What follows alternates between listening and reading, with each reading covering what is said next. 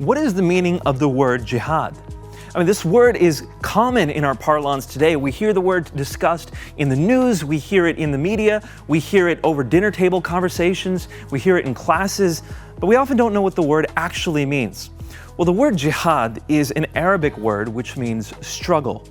And you can use it in a spiritual sense. There are some verses, arguably in the Quran, where the word jihad means an internal struggle, to fight against our baser desires, to increase our spirituality, and to pursue God.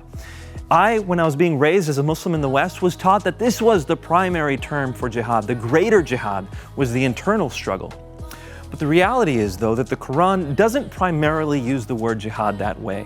The term jihad in the Quran usually implies a physical battle against the enemies of Islam. We see that played out even more clearly in the life of Muhammad. Now, just so you understand, the religion of Islam isn't just based on the Quran. Like the Christian faith, we have a sola scriptura notion as Protestants. Catholics, however, have more tradition built up in their understanding of Christianity. That is how Muslims see their Islamic faith. There's a lot of tradition. And the tradition of jihad was very clearly built up when Sharia, Islamic law, was established. So what was jihad in the development of Islamic tradition? It was a violent struggle for the sake of advancing Islam.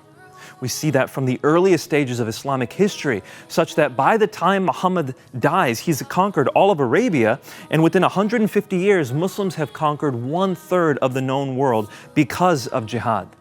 So jihad in itself can mean something peaceful, an internal struggle. But throughout history, and as we're seeing it applied today, Islam has taught that jihad is a violent struggle for the superiority of Islam over every other religion.